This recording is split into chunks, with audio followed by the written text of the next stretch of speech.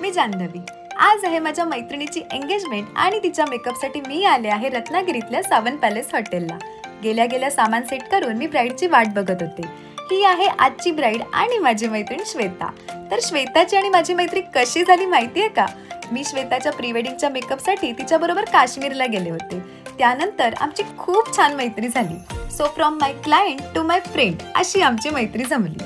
श्वेताचा first look वेळेआधीच झाला। मग मी तिच्याकडून उखाणे पाठ करून घेतले ते असे। अक्षरावांचे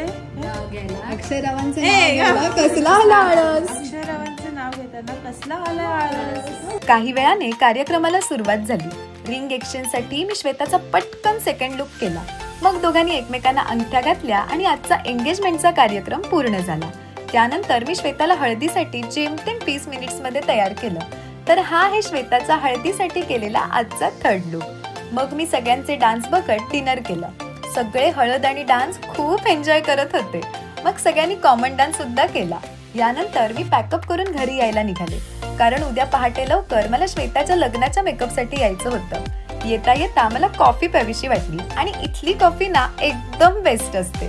कॉफी पिऊन झाल्यावर मी घरी यायला निघाले। तर आजचे सगळे श्वेताचे लुक्स तुम्हाला कसे वाटले मला कमेंटमध्ये नक्की सांगा हा। तर असा होता आजचा माझा बर्थडे। भेटूया नेक्स्ट व्लॉग मध्ये। बाय।